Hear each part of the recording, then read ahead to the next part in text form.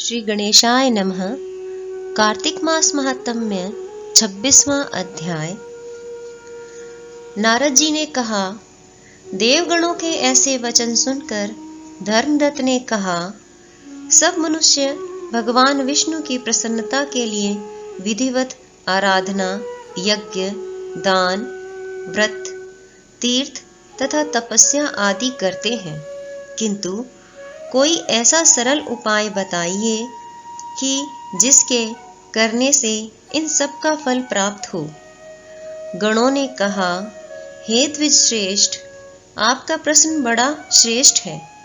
हम आपको भगवान विष्णु को प्रसन्न करने का उपाय बताते हैं।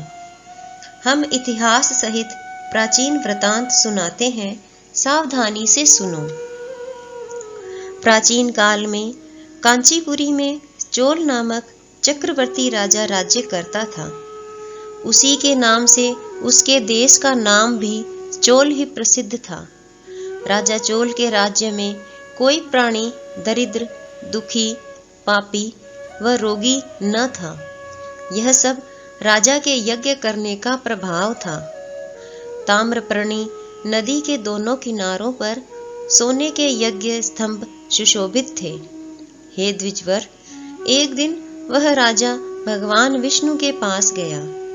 भगवान उस समय शेष शैया पर योग निद्रावश सो रहे थे। राजा ने उनकी मणियों, मोतियों और स्वर्ण के दिव्य फलों फूलों द्वारा पूजा की। वह साष्टांग प्रणाम करके भगवान के चरणों के पास ही बैठ गया। थोड़ी देर के बाद राजा ने अपनी नगरी कांचीपुरी के ब्राह्मण विष्णुदास को वहां आते हुए देखा। विष्णुदास भगवान की पूजा के लिए तुलसी दल और जल लिए हुए था।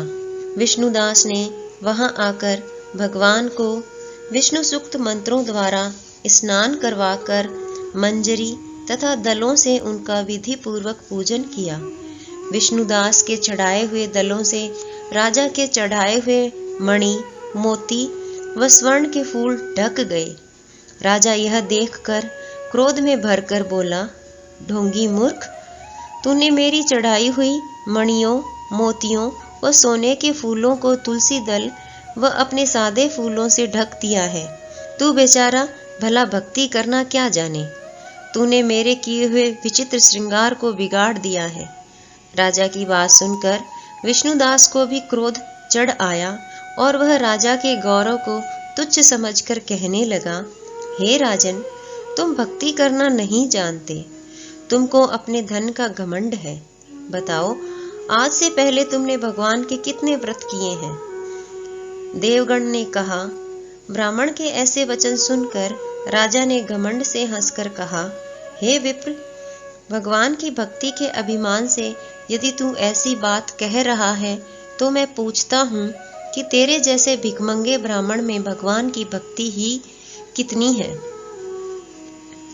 क्योंकि तुमने आज तक भगवान की प्रसन्नता के लिए कुछ भी नहीं किया, ना तो कोई मंदिर ही बनवाया है, तो तुम भला इस प्रकार की भक्ति का जैसे कि तुम कर रहे हो क्या गर्व कर सकते हो?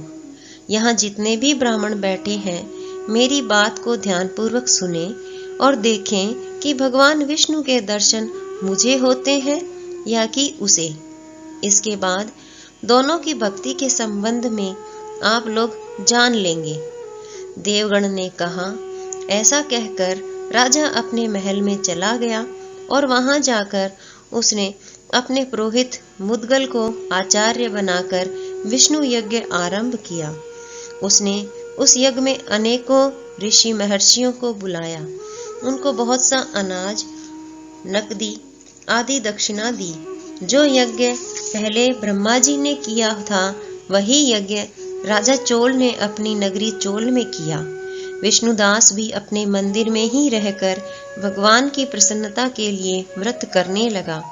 उसने माघ तथा कार्तिक मास के व्रत किए, तुलसी के वन की और एकादशी को भगवान विष्णु के द्वादशाक्षर मंत्र का जाप किया।